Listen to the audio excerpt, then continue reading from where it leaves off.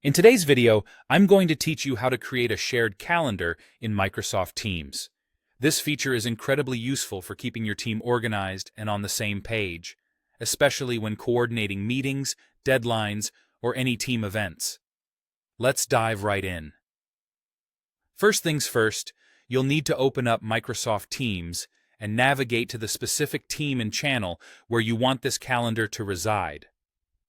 This is crucial because the calendar will be accessible only to those who are members of this channel, promoting a focused and clutter-free environment for your team's scheduling needs.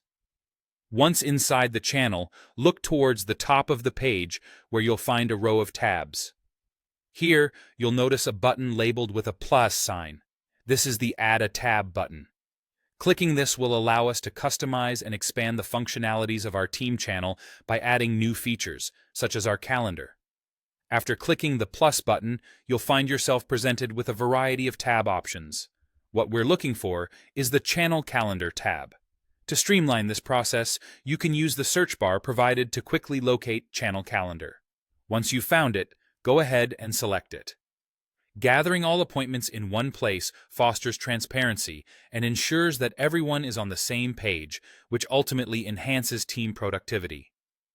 With the Channel Calendar option selected, it's time to personalize it. You'll be prompted to name your new calendar tab. This is where you can get creative or be as straightforward as you wish. For instance, you might name it something like Team Events or Project Calendar. This name will appear as the tab label, so choose one that will be immediately clear to your team members regarding its purpose. Once you've settled on a name, simply click the Add button to finalize your choice. And there you have it. Your calendar is now seamlessly integrated as a tab within the channel. What this means is that all channel members will have access to view and add events.